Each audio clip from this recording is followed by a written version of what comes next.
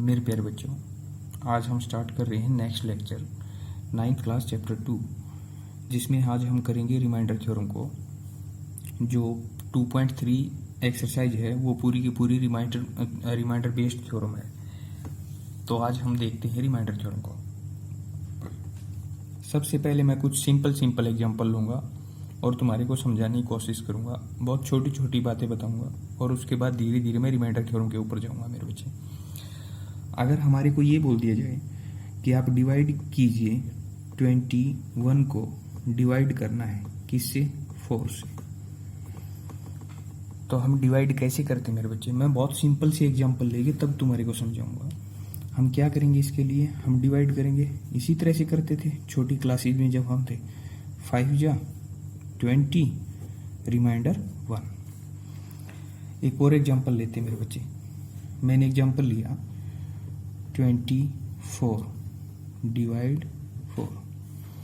अब मैं इसको डिवाइड करूंगा तो मेरे को यहाँ पे 4, यहाँ पे 24, 6 जा पे जा रहा है, 24 कंप्लीटली डिवाइड हो रहा है, रिमाइंडर 0। यहाँ पे जो तुम क्रॉस का साइन लगाते हो ना, वो गलत है मेरे बच्चे। क्रॉस का कोई मतलब नहीं होता, ये रिमाइंडर 0 होता है। रिमाइंडर कभी क्रॉस थोड़ा ही ना होता है। तो यहाँ पे हमारे को क्या मिला, 0 मिला। अब यहाँ से हमें दो चीजें देखने को मिल रही है। बहुत बेसिक बात बता रहा हूँ, दो चीजें देखने को मिल रही हैं। फर्स्ट थिंग क्या मिल रही है बच्चे, हमारे को यहाँ से हमें पता चल रहा है कि जब अगर हम 21 को 4 से डिवाइड कर रहे थे तो रिमाइंडर 1 आ रहा है, और यहाँ पे क्या था, क्या ही है हमारे पास, क्वोशेंट 5 आ रहा है। ये क्या था, डिवाइजर, ये क्या था, डिविडेंट, ये क्या है, डिविडेंट, ये डिवाइजर, ये क्वोशेंट, ये रिमाइंडर। तो क्या मैं ऐसे लिख सकता हूँ 21 को, 21 इज इक्वल टू, ध्यान से देखना मेरे बच्चे, 4 × 5 + 1। क्यों लिख सकता हूं, क्योंकि 21 is equal to 20 + 1 and 21 is equal to 21। इसलिए मैं लिख सकता हूं या नहीं लिख सकता, देखो एक बार ध्यान से। अब इस साइड देखते हैं, क्या मैं 24 को ये लिख सकता हूं, 4 × 6 प्लस 0। अब की बारी तो रिमाइंडर 1 नहीं 0 है मेरे बच्चे। तो क्या आ गया हमारे पास, 0। 24 इज इक्वल टू 4 6 जा 24 प्लस 0 करें या ना करें, तो हमारी जो इधर वाली कंडीशन भी और इधर वाली कंडीशन भी, दोनों की दोनों कंडीशन क्या है, सेटिस्फाई हो रही है। यहाँ से हमें एक चीज देखने को मिली, जब मैंने इस फॉर्म में इस नंबर को लिखा ना मेरे बच्चे, वो बहुत ही इंपॉर्टेंट है। जब इस फॉर्म में मैंने नंबर को लिखा, ये बहुत ही इंपॉर्टेंट चीज है। यहाँ से समझना एक बार, मैंने इसको क्या बोला, क्वोशेंट बोला, इसको क्या बोला, रिमाइंडर बोला, 21 को क्या बोला, डिविडेंट बोला, और इसको क्या बोला, डिवाइजर बोला। इनको बोलने के पीछे जो हमारा मकसद है वो अब मैं तुम्हारे को बताने जा रहा हूँ। पहले मैं लिख रहा हूँ मेरे बच्चे, ये क्या हमारे पास, क्वोशेंट है, QUOTIENT, quotient, dividend, DEVE, dividend, sorry मेरे बच्चे, DIVIDENT, स्पेलिंग मिस्टेक हो गई थी, DIVIDENT, डिविडेंट। ये क्या है हमारे पास, डिवाइजर, DIVIS होगा, रिमाइंडर। अब हमारे को इसी तरह से यहाँ पे भी ये क्या मिला, 21 is the dividend, 6 is the quotient, 4 is the divisor and 0 is the remainder. अगर मैं इस जो मैंने ये लिखा है 21 इधर है, 5 × 4 है, प्लस 1 है, क्या मैं इसी नंबर को 21 की जगह डिविडेंट लिख सकता हूं, dividend is equal to 21 is equal to 21 को मैं क्या बोलता हूं, डिविडेंट। तो मैंने 21 को लिख लिया डिविडेंट, इज इक्वल टू मैं क्या लिखूंगा, 4 को डिवाइजर, इनटू, क्योंकि यहाँ पे मल्टीप्लाई था, 5 को मैं क्या बोलूंगा, क्वोशेंट, प्लस 1 क्या था मेरा, रिमाइंडर। तो हमारे को यहां से एक फॉर्म मिल गई मेरे बच्चे। क्या फॉर्म मिली, वो हमें एक रिजल्ट मिला जो हमें क्या बता रहा है, ये एक पूरी की पूरी हमारे को फॉर्म दे रहा है, जिससे हमारे को क्या पता चलता है कि डिविडेंट जो होता है वो हमेशा ही किस फॉर्म का होता है, dividend divisor into quotient plus remainder होता है। क्या होता है, तो आज जो हम रिमाइंडर थ्योरम की बात करने वाले ना मेरे बच्चे, वो पूरी की पूरी इसी के ऊपर बेस्ड है। हमें सिर्फ ये बात याद रखनी है कि डिविडेंड हमेशा इक्वल टू होता है divisor into quotient plus remainder के, divisor into quotient plus remainder के।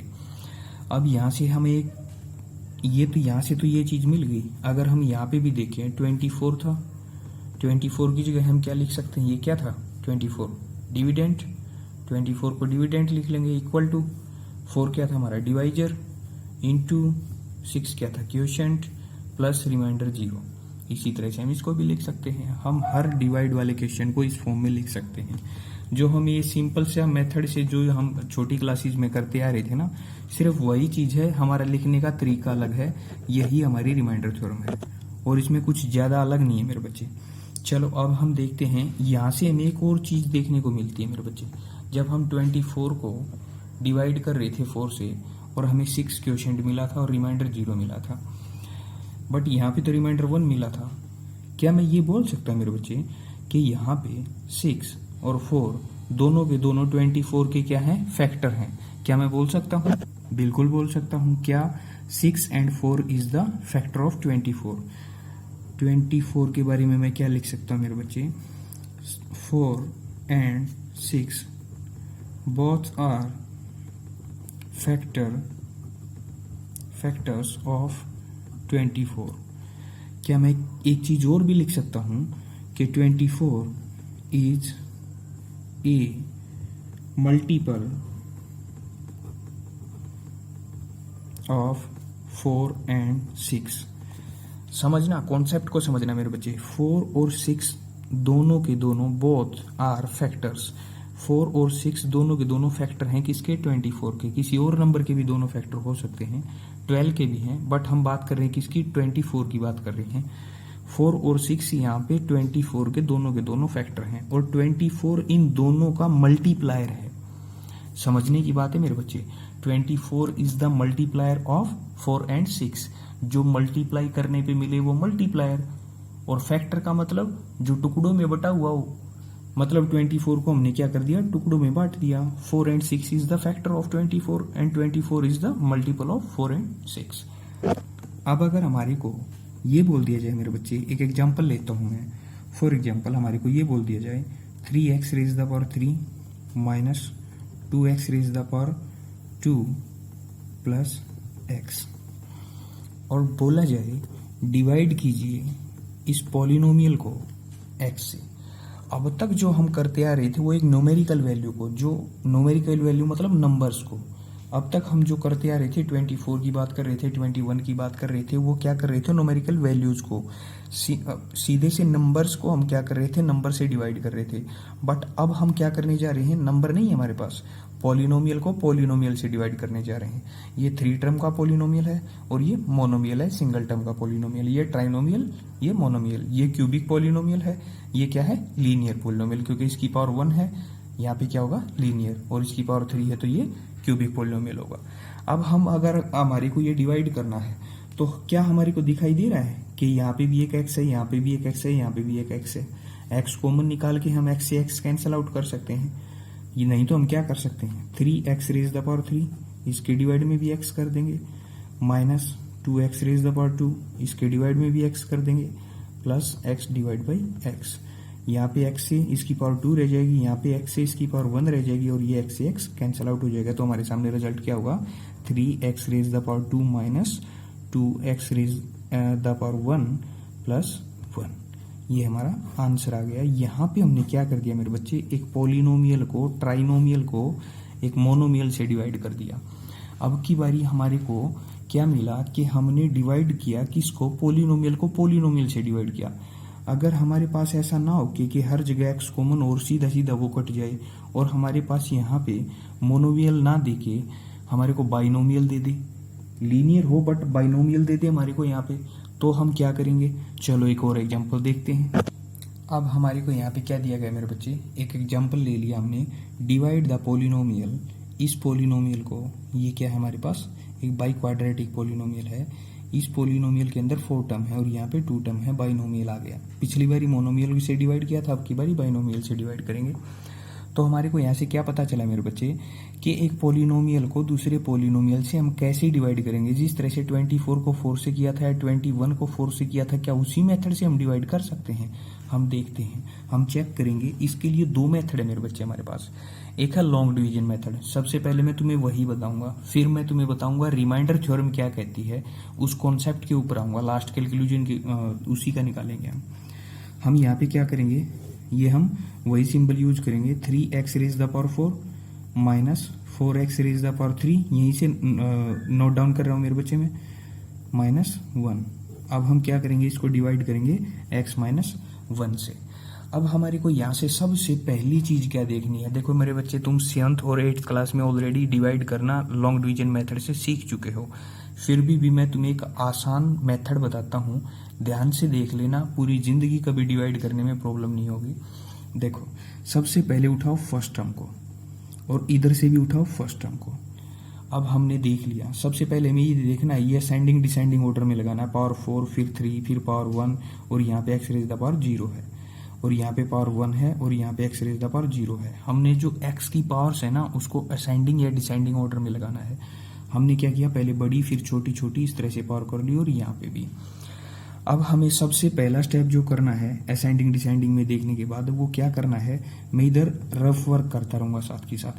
फर्स्ट हम उठाई यहाँ से 3x रेज द पावर 4, हम फर्स्ट स्टेप कर रहे हैं मेरे बच्चे, और इधर से भी फर्स्ट हम उठाई, उससे डिवाइड कर दिया। हमारे पास रिजल्ट क्या गया, 3x रेज द पावर 3। अब हम क्या करेंगे, उस 3x रेज द पावर 3 को क्वोशिएंट के अंदर लेके आएंगे।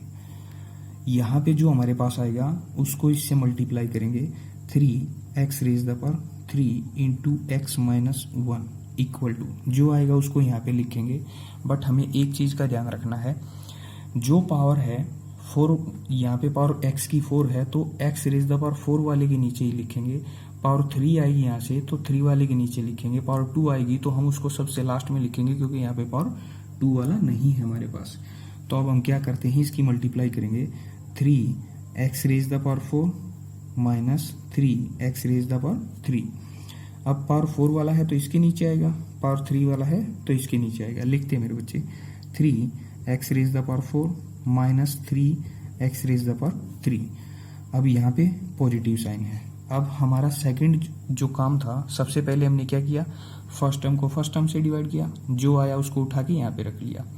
सेकंड स्टेप में हमने क्या किया, इसकी और इसकी दोनों की मल्टीप्लाई कर दी और पावर वाले के नीचे पावर वाला, सेम पावर वाले के नीचे सेम पावर वाला लिख लिया। थर्ड स्टेप में हम क्या करेंगे, साइन चेंज करेंगे, यहाँ माइनस हो जाएगा और यहाँ प्लस हो जाएगा, क्योंकि हम इनको क्या करेंगे, सब्ट्रैक्ट करेंगे ऊपर वाले से नीचे वाला। 3x raise the power 4 minus का है, 3x raise the power 4 plus का है, minus 4x raise the power 3 है, plus 3x raise the power 3 है, तो हमारे पास रह गया minus x raise the power 3। अब पीछे वाले को उठा के ज्यों का त्यों नीचे उतार लो। फिर से वही चीज, 3 ही स्टेप है हमारे पास। फिर से वही चीज, फर्स्ट टर्म को उठाया minus x raise the power 3, फिर से इधर से फर्स्ट टर्म को उठाया x raise the power 1, result क्या आएगा, x रेज द पावर 2। जो यहाँ पे आया उसको उठा के इधर रख लो, x रेज द पावर 2। अब इसकी और इसकी मल्टीप्लाई कर दो। अगर हम मल्टीप्लाई करेंगे तो हमारे पास रिजल्ट क्या होगा, अब मैं मल्टीप्लाई कर रहा हूँ मेरे बच्चे, हमारे पास क्या है, माइनस एक्स स्क्वेयर किससे मल्टीप्लाई करनी है, x माइनस 1 से। जिस तरह से 3x क्यूब से मल्टीप्लाई की थी यहाँ पे इसके x माइनस 1 के साथ, उसी तरह से हम माइनस एक्स स्क्वेयर की मल्टीप्लाई करेंगे। माइनस जो होगा तो रहेगा, x raise the power 2 and 1 x raise the power 3 minus minus plus x raise the power 2।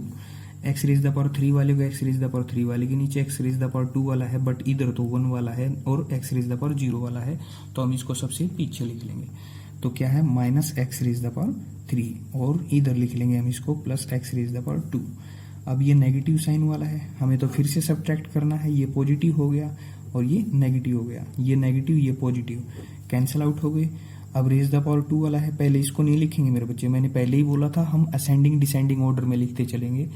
हमें पावर 2 वाला पहले लिखेंगे, फिर पावर 1 वाला और फिर पावर रेज द 0 वाला। ये किसका है, माइनस एक्स स्क्वेयर का है, माइनस का ही, क्योंकि पहले पॉजिटिव था नेगेटिव हो गया।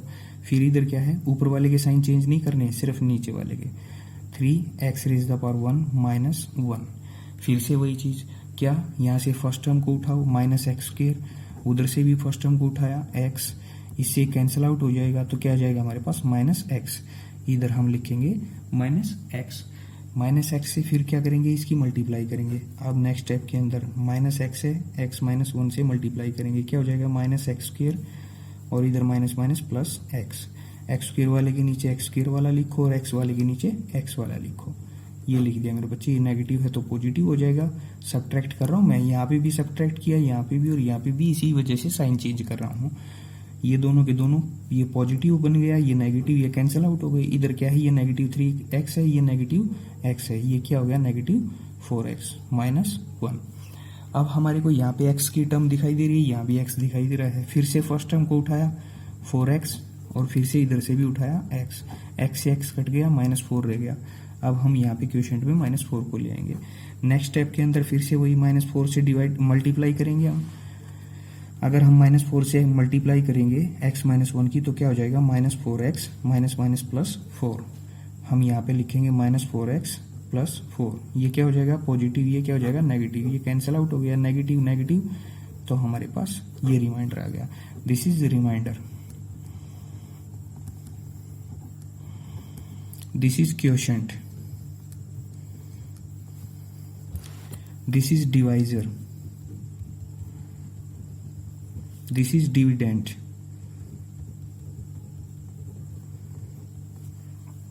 ये क्वोशंट था, ये डिविडेंड था, ये डिवाइजर था, और ये रिमाइंडर आ गया हमारे पास। अब यहां से हमें एक कॉन्सेप्ट क्या सीखा था, जो हमने पीछे सीखा था, वो हमने ये देखा था कि डिविडेंड इज इक्वल टू था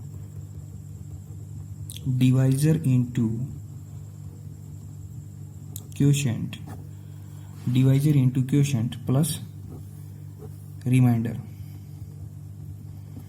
अब हमारे को ये जो कॉन्सेप्ट था, हमने जो ये सीखा था, हम इसी को इसी फॉर्म में लिखेंगे। डिविडेंड की जगह हम क्या लिख देंगे, 3x raise the power 4 minus 4x raise the power 3 minus 3x raise the power 1 minus 1 is equal to लिखेंगे ये कंप्लीट मल्टीप्लाई ये प्लस -5। तो अब हमारे को यहाँ से क्या पता चला मेरे बच्चे, ये हमने लॉन्ग डिवीजन मेथड से डिवाइड करना सीख लिया। बट हमारा जो मेन मोटिव है वो क्या है, रिमाइंडर थ्योरम को पहचानना। अब हमें रिमाइंडर थ्योरम पहचान में आएगी। अब देखो इसी स्टेटमेंट को मैं रिमाइंडर थ्योरम से, और ये जो ऊपर स्टेटमेंट थी हमारे पास, इसी स्टेटमेंट को मैं इससे डिवाइड करूंगा बाय रिमाइंडर थ्योरम। ये लॉन्ग डिवीजन मेथड से हम डिवाइड कर रहे थे, ये रिमाइंडर आया है हमारे पास, इसी स्टेटमेंट को मैं इससे डिवाइड करूंगा, क्या हमारा रिमाइंडर वही आएगा, हम ये चेक करेंगे। अब हम बात करते हैं मेरे बच्चे किस चीज की, ये तो हमने लॉन्ग डिवीजन मेथड को देख लिया, अब हम बात करते हैं रिमाइंडर थ्योरम के कॉन्सेप्ट की। अब देखो, अगर हमारे पास मैं लिखता हूं, ये x वेरिएबल का था, ऊपर जो था हमारे पास स्टेटमेंट थी वो x वेरिएबल की थी, ये वाली। अब मैं लिखता हूं polynomial of variable x is equal to 3x raise the power 4 minus 4x raise the power 3 minus 3x minus 1। हमारे को डिवाइड करना है, एक और पॉलिनोमियल है, मैंने ले लिया gx, मैंने उसको मान लिया gx is equal to x minus 1। हम hx gx कुछ भी मान सकते हैं, वो कोई मैटर नहीं करता मेरे बच्चे, डजेंट मैटर।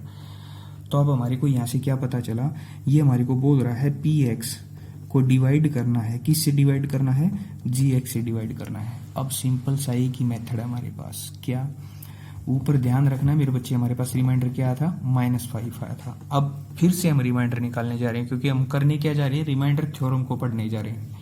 रिमाइंडर थ्योरम को पढ़ने जा रहे हैं तो हमें रिमाइंडर के ऊपर फोकस करना पड़ेगा, यहाँ पे फोकस रखना।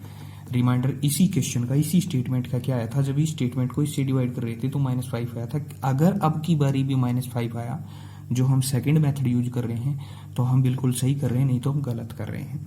चलो देखते हैं मेरे बच्चे, अब हमें क्या करना है, जो हमारे पास gx है, हम इसका जीरोज देखेंगे।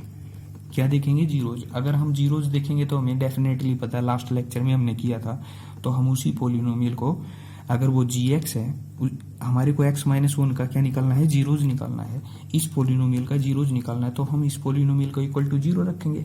तो इसका मतलब हम इसको इक्वेशन के अंदर इक्वेट करेंगे, x minus 1 is equal to 0 होगा। अगर gx is equal to x minus 1 है और gx इज इक्वल टू 0 है, gx, तो ये भी दोनों इक्वल होंगे। अगर a की एज b की एज के इक्वल है और a की एज c की एज के इक्वल है, तो b और c की भी तो एज इक्वल होगी, तो हम बोल सकते हैं x minus 1 is equal to 0। अब यहाँ से हमें क्या मिला, अगर हम 1 को उधर ट्रांसफर कर देंगे तो x की वैल्यू हमारे पास क्या आ गई मेरे बच्चे, यहाँ से x की वैल्यू हमें मिली +1। अब हम क्या करेंगे, अब जो px है ना हमारे पास मेरे बच्चे, ये पॉलिनोमियल है, जहां पे x है हम वहां पे x वेरिएबल की जगह क्या रख देंगे 1, क्योंकि हमें x की वैल्यू मिल गई। इसका मतलब हमें रिमाइंडर थ्योरम में क्या करना है, जिस पॉलिनोमियल से डिवाइड करना होगा उसमें =0 रख के और x की वैल्यू, या y वेरिएबल है तो y की, a वेरिएबल है तो a की, या z वेरिएबल है तो z की वैल्यू निकाल के, जिस तरह से x की निकाली है उठा के, इसकी x है यहाँ पे, उस दोनों में सेम वेरिएबल मिलेगा, यहाँ पे भी x मिलेगा, यहाँ पे भी x, उठा के उस पॉलिनोमियल में रख देंगे। अब मैं क्या करता हूँ, putting the value of x in above polynomial, तो मैं क्या करूंगा, x की वैल्यू क्या रखनी है 1, तो मैं x की जगह इधर क्या रख रहा हूँ 1 रख रहा हूँ। अब मेरे पास क्या है मेरे बच्चे, यहाँ पे 3 = 3x, x की जगह मैं क्या लिख सकता हूँ 1 रेज द पावर 4 माइनस, फिर क्या है मेरे पास 4, x की जगह क्या लिखूंगा 1 raise the power 3 minus 3, x की जगह क्या लिखूंगा 1 माइनस 1। अब अगर मेरा रिमाइंडर -5 आया तो ठीक है मेरे बच्चे, नहीं तो मैं बिल्कुल गलत हूं।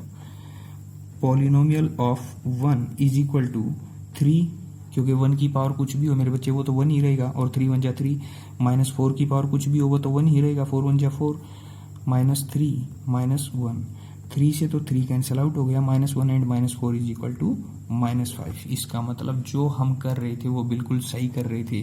दैट मीन्स रिमाइंडर थ्योरम हमें ये बताती है इतने बड़े मेथड को अवॉइड करके भी हम कुछ रिमाइंडर निकाल सकते हैं। इस मेथड को अवॉइड करके भी हम कुछ निकाल सकते हैं, वो ये निकाल सकते हैं। देखो उस मेथड को कितना टिपिकल लग रहा था हमारे को, बड़ा था और बहुत मेहनत करनी पड़ रही थी, बट यहाँ पे हमें सिंपल सी एक ही बात को याद रखना है, जिस पॉलिनोमियल को जिस पॉलिनोमियल से डिवाइड करना है, मैं बहुत सिंपल वर्डों में बता रहा हूँ मेरे बच्चे, एक सिंपल लैंग्वेज में, जिस पॉलिनोमियल को जिस पॉलिनोमियल से डिवाइड करना है, जिससे डिवाइड करना है उसको =0 रख लो, उसका जीरोज निकाल लो, जिस तरह से मैंने लास्ट लेक्चर में बताया था। उसका जीरोज निकालने पे तुम्हें x, y, z जिस भी वेरिएबल का वो पॉलिनोमियल होगा उसकी वैल्यू मिल जाएगी। उसकी जो वेरिएबल की वैल्यू मिली उसको उठा के ऊपर वाले पॉलिनोमियल में रख दो, जो तुम्हारा आंसर आएगा वही तुम्हारा रिमाइंडर होगा। तो हमारे को यहां से क्या पता चला मेरे बच्चे, हमें ये पता चला कि रिमाइंडर थ्योरम हमें क्या कह रही है। तो आज के लिए मेरे बच्चे इतना ही, नेक्स्ट लेक्चर में फिर हम आगे देखेंगे। तो आज के लिए हम इतना ही करते मेरे बच्चे। रिमाइंडर थ्योरम का हमें अच्छे से नॉलेज हो गया। अगर किसी भी बच्चे को कोई डाउट रहता है तो वो बच्चा मेरे पास SMS कर सकता है, ग्रुप में SMS वगैरह कर दिया करो। हाँ, यहाँ पे एक चीज़ और भी हो सकती है मेरे बच्चे, अगर यहाँ पे हमारे पास 4 होता, अगर यहाँ पे फॉर एग्जाम्पल देखो एक चीज़ और बताता हूँ मैं तुम्हें, अगर यहाँ पे हमारे पास क्या होता 4 होता, किस चीज़ का, +4 होता है यहाँ पे मेरे बच्चे। मैं स्टेटमेंट को चेंज कर रहा हूँ, सेकंड क्वेश्चन बना रहा हूँ, +4 होता तो यहाँ पे हमारे पास क्या बन जाता, +4 बन जाता, इधर भी क्या बन जाता +4, इससे ये कैंसिल आउट हो जाता और रिमाइंडर हमारा 0 आ जाता। अगर रिमाइंडर 0 आ जाता तो हमें ये पता होता कि इस पॉलिनोमियल का ये एक फैक्टर है। क्यों? क्योंकि जिस तरह से 24 को डिवाइड करने पे 4 से हमारे को रिमाइंडर क्या मिला था 0, जब रिमाइंडर 0 होता है तो तब डिविडेंड का डिवाइजर क्या होता है मेरे बच्चे, फैक्टर होता है। इसी तरह से अगर रिमाइंडर 0 मिलेगा तो हमारे को x - 1 इस पॉलिनोमियल का क्या मिलेगा, फैक्टर मिलेगा, और ये पॉलिनोमियल इसका मल्टीप्लायर होगा या मल्टीपल होगा। बस इसी से रिलेटेड तुम्हारे से क्वेश्चन पूछे जा सकते हैं मेरे बच्चे। तुम्हारी आराम से 2.3 का हर क्वेश्चन इजीली तुम सोल्व कर पाओगे। अगर एक बार में ये वीडियो तुम्हें समझ में ना आए तो इस लेक्चर को 2 टाइम देख लेना मेरे बच्चे। थैंक यू, आज के लिए इतना ही, बस करते हैं फिर मंडे को।